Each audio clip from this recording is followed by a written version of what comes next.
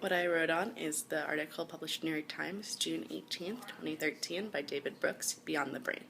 The purpose of the article is to go over the new findings in the neuroscience community based on brain imaging relating to behavior. Right now in the community, there are two different extremes going on. One of true believers in the neurons who believe that all humans are products of their neurons and nothing more than that all of our actions that we do are based off of neurons in our brain.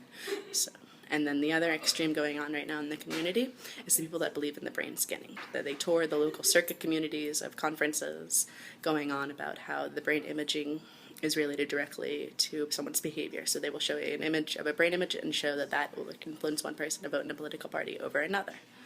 The author is trying to convey that these articles, these findings, need to be taken with a grain of salt, that it isn't a black and white. Instead, our brain is not our mind, that these findings are interesting and relevant and they need to be further researched, but we need to look a little bit more into them.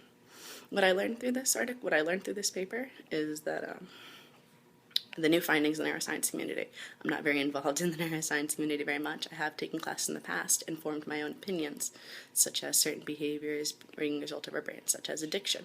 But this article gave me a little bit of a twist. The author pointed out a few scientists who had different views, being that showing different examples of brain imaging actually leading to different things. An example being that different stage that you're at affect the different brain images.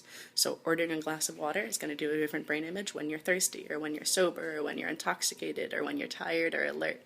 That these different stages affect the different imprinting. If you were to further research this topic, you would look into the new findings in the neuroscience community. Right now, neuroscience is a big community because of all the advances in the past 20 years and our ability to see the brain, so you'd look into that. As I said earlier, the neuroscience community is broken up into two different extremes right now going on about the topic. One being the people that truly believe in the neurons and that they are affecting everything, and others who are believing that the mapping and imaging of the brain can show you the different products and the things that you'll purchase. And then this is related to physical psychology because physical psychology is based on they have a connection to neurology.